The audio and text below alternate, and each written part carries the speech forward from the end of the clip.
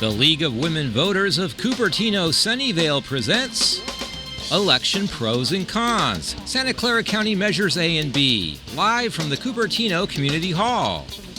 And now for tonight's moderator, Susan Huff.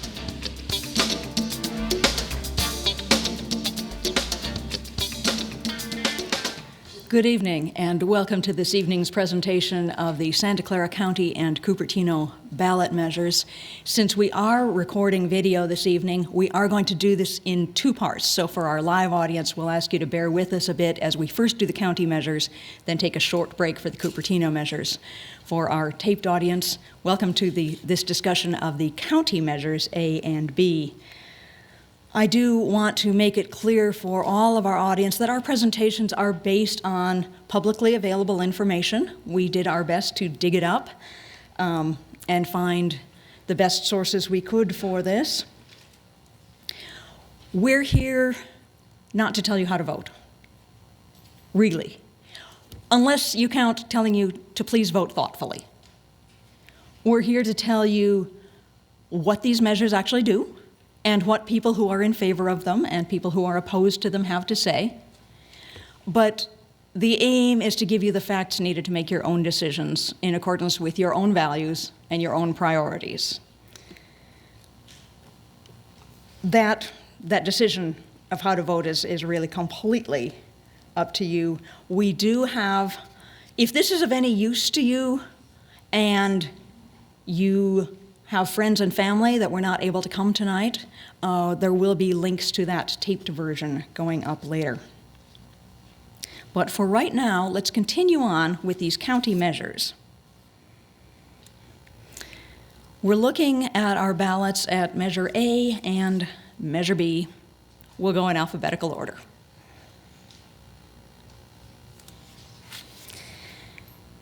So Measure A is a $950 million bond issue for affordable or supportive housing.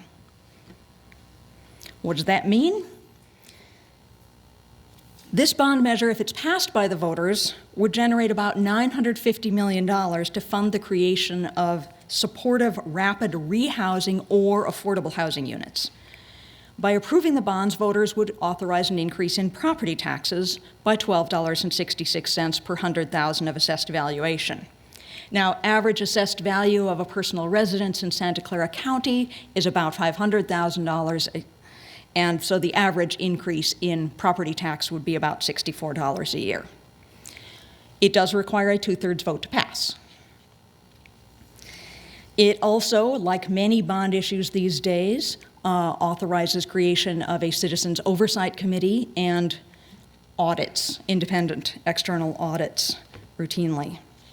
One of the questions that has come up along the way is, who does the county see building these housing units?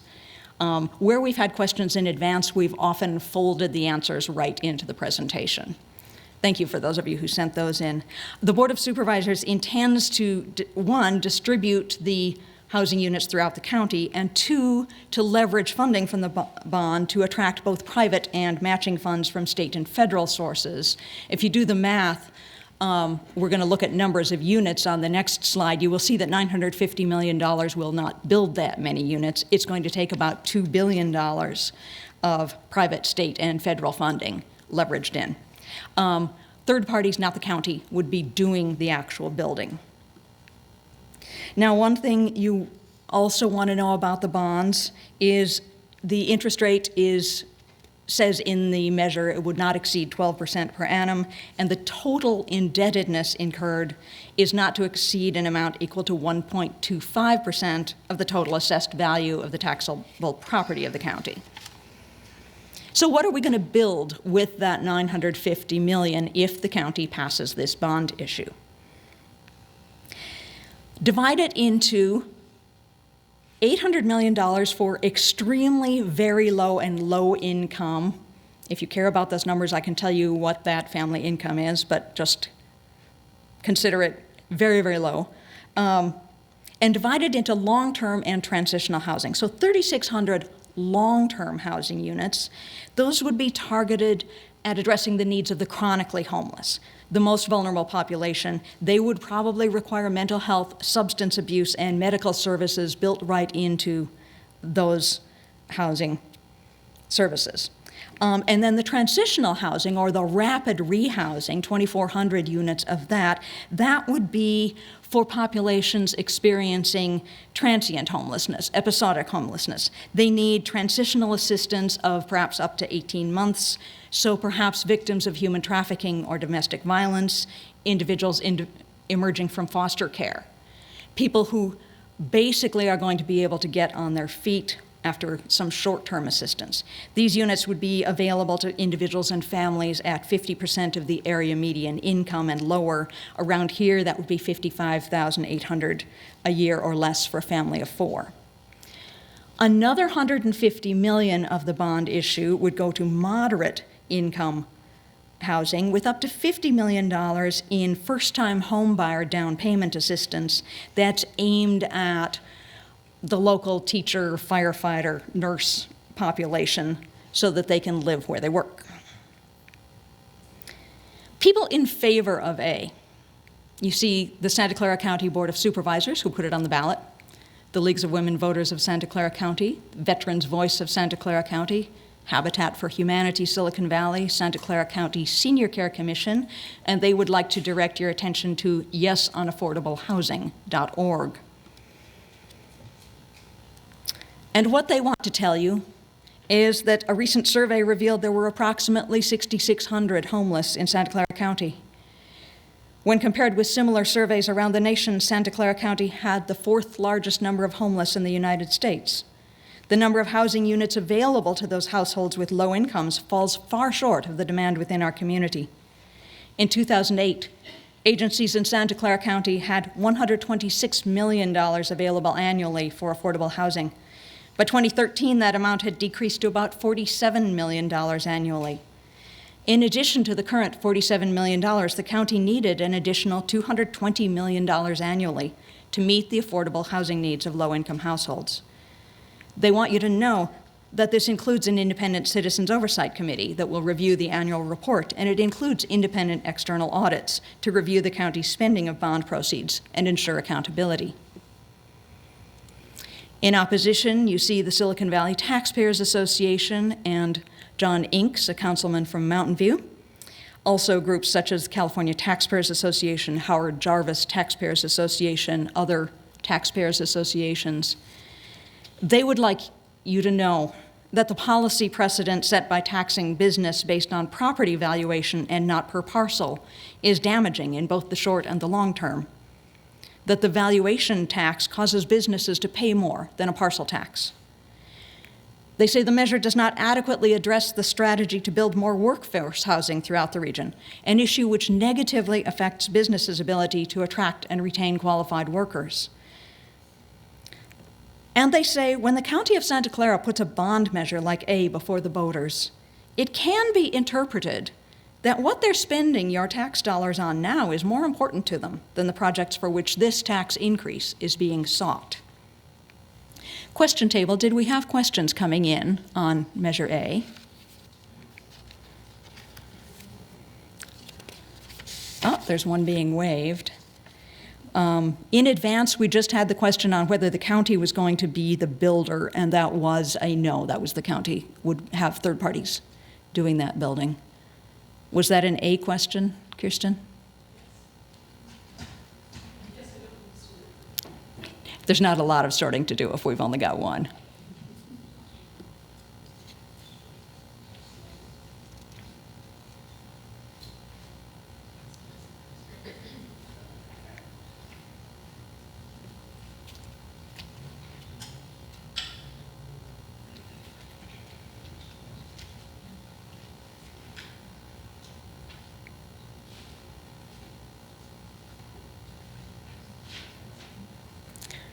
And a special question to request for any of you writing note cards, please make it as legible as possible. Okay. If the writer of this question could perhaps go to the question table and clarify it a bit, that would help me out. The question was who subsidizes after the initial bond issue, and I'm going subsidizes the building or subsidizes the rent. So if you could maybe have a talk with the question table, we could establish that more clearly. Not thank you for the clarification. The question was who is subsidizing the rent after, and I admit I do not have the answer to that. However, stroke of luck, we have much of the research team in the room. Does any member of the research team have the answer to that one? Nope, sorry. It's the nature of these evenings that we don't know all the answers. And occasionally, we discover new ones as a result of the questions you've asked, and then we've gone and dug very carefully.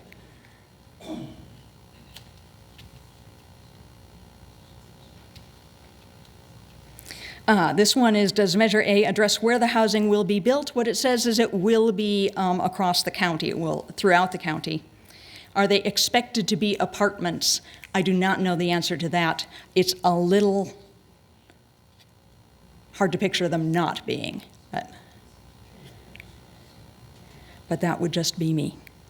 I'm not seeing more coming up straight away, so I'm going to suggest we move on to Measure B.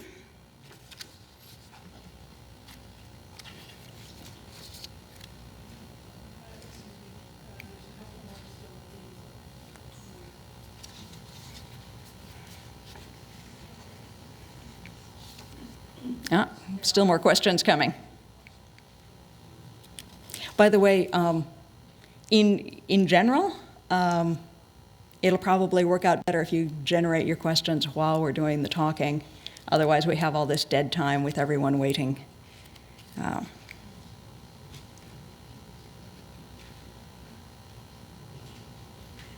think if you can get those up here in just a few seconds, I'll take them. Otherwise, later ones I will take in the gap between the county measures and the city measures.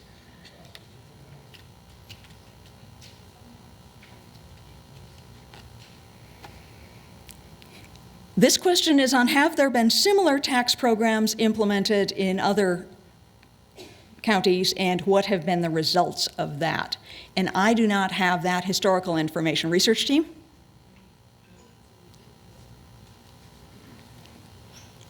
Regrettably, we do not have that information either. We're going to continue on to Measure B, which is a 1/2 cent sales tax increase. This was put on the ballot by the Valley Transportation Authority after about 3 years of negotiation between cities, transportation agencies, and the public. So what would it do? If it is passed by 2/3 of the voters, it will increase the sales tax by 1/2 cent for 30 years. Over that time, it will generate an estimated $6.3 billion in 2017 dollars. Now, one of the things you need to realize about sales tax increases is that California law says that all local governments within each county cannot enact a total sales tax rate of more than 2%. Approval of this measure will result in the territory within Campbell and San Jose reaching that 2% cap. Other cities in the county will have 0.25% left. So until a sales tax expires somewhere in the county, that will be all the sales tax that can go on. And cities and the county will not be able to enact further sales tax increases. So what would that money be spent on? Broadly speaking, expanding public transportation systems and options for BART, Caltrain, cars, bikes, and pedestrians. Funds are focused in 8 areas. Local streets and roads, $1.2 billion allocated for that, returned to the cities on a formula basis. The cities must show that funds would be used to enhance rather than replace their current investments. BART, $1.5 billion, capped at a maximum of 25% of total program tax revenues. So if it raises less money than expected, BART would not be $1.5 billion, it would be less than that, 25%. And that is for the construction phase of the 6-mile 4-station extension from Berryessa through to Santa Clara. This would leverage, again, this would not be enough to do the job. This would leverage $1.5 billion in federal funds and $750 million in state funds. $250 million for a bicycle and pedestrian program to complete gaps in the cross-country pedestrian and bike network, to construct cross-barrier connections for mobility, to connect schools, transit, and employment centers, to enhance safety and convenience, and to safe routes to school and other bike pedestrian education programs would be eligible. Caltrain improvements, both capacity and grade separation, $700 million, well, $1 billion total. $314 million for capacity, expand capacity by allowing longer trains at stations, and allow for service improvements throughout the system. $700 million on grade separation to separate Caltrain tracks from roadways, safety improvements for drivers, bicyclists, and pedestrians, and to reduce congestion at intersections. The shopping list continues. $750 million on highway program. Candidate projects exist already throughout the county. The VTA would administer a competitive grant program to select the projects that would move forward. $750 million for county expressways, projects to increase effectiveness of the expressway system, again, throughout the county. $350 million on the Highway 85 corridor. Now, the Highway 85 Public Policy Advisory Board has made some recommendations. Their wish list includes express lane and transit-only lane in each direction, noise mitigation for Highway 85, and a transit study for the corridor. It is entirely possible not all of those would be funded. $500 million toward transit operations for bus and light rail, going towards increased bus service and to develop programs and services for students, senior, disabled, and low-income riders. Silicon Valley Leadership Group brings us this, along with the Leagues of Women Voters of Santa Clara County, the 10 Chambers of Commerce, the Silicon Valley Bicycle Coalition, and the Cities Association of Santa Clara County. They would like you to know that public transportation use will increase significantly as this is passed, reducing greenhouse gas emissions. It will expand transit options for seniors, disabled, students, and low-income workers. It repairs streets and fixes potholes, relieves congestion on expressways and highways, and improves bicycle and pedestrian safety. They also cite, and this happens not to be a bullet on the slide, they also cite something that incidentally will also appear on the opposition page by saying that yes, the VTA can make changes if needed to this list of projects. Clearly, some people feel this is a benefit, some people feel it is not. I'll discuss it a little more thoroughly when we get to the second group of people that cites this. The people who dislike it, Gladwin D'Souza, who lists an affiliation with Sierra Club, Silicon Valley Taxpayers Association, John Inks, a councilman from Mountain View, the Bay Rail Alliance, and Elizabeth Brierly. They would like you to know that population in the valley has increased since 2001, while bus ridership has declined. Given this history, why should we invest in more public transportation? They say BART Phase 2 could eat up all the tax money as costs mount. And citing that VTA may modify this program, they say there is no commitment to the projects listed. Let me clarify that slightly.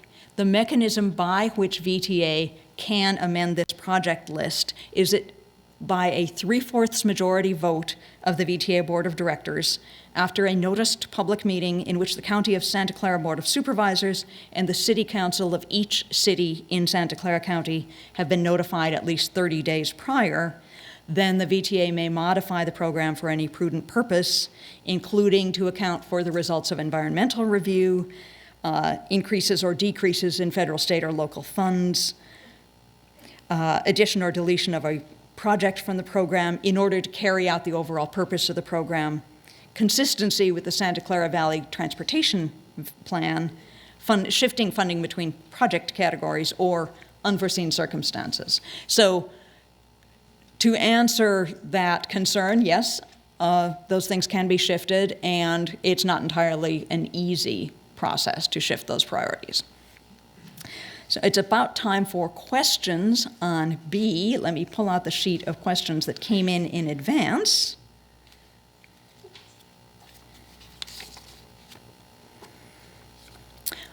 And one of those was, how do we know there won't be another sales tax increase coming along anytime?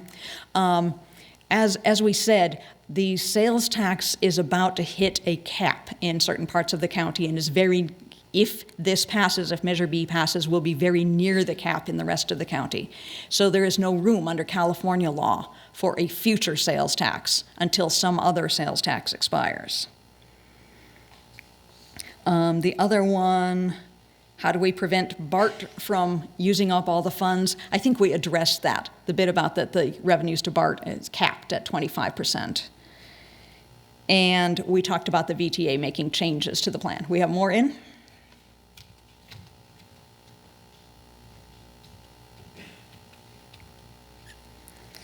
Okay, this question is, what happened to the proposal for Highway 85 light rail? Is it covered by Measure B? If we look back at the Highway 85 section, there was some transit mentioned that the Highway 85 Policy Advisory Board definitely has some transit desires for Highway 85. How much this would be able to do about that is a little more in question with $350 million allocated. No more on B.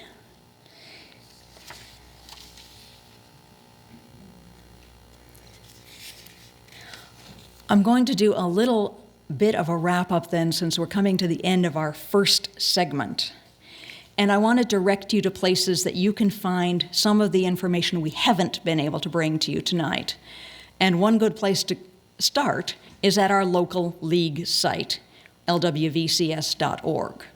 For one thing, if you go there to the calendar, you'll be able to click on the link for this event, and you will be able to find a recording of it before too long. It is also a good place to find out how to join the league. Links to other things. There are other resources available to you, and some of them are on that table out in the lobby. Voter's Edge, great place to find information about measures, about money, about candidates. The League of Women Voters of California offers both the Easy Voter Guide, the shortest possible treatment of the state propositions we can manage, and the pros and cons, if you have a little more reading patience. You can get to all of those through the league websites. And you've already taken this step of coming out to start to educate yourselves, which I'm incredibly grateful for, because here we are making the laws that we all get to live under, and it's worth putting some thought into it and putting some time into it. Further information, some people are asking why they don't have their ballot materials yet. Those will be mailed starting Tuesday the 11th, so hang in there. You'll see them fairly soon. And when you do, you'll get a chance to really study the state measures as well as all the candidates.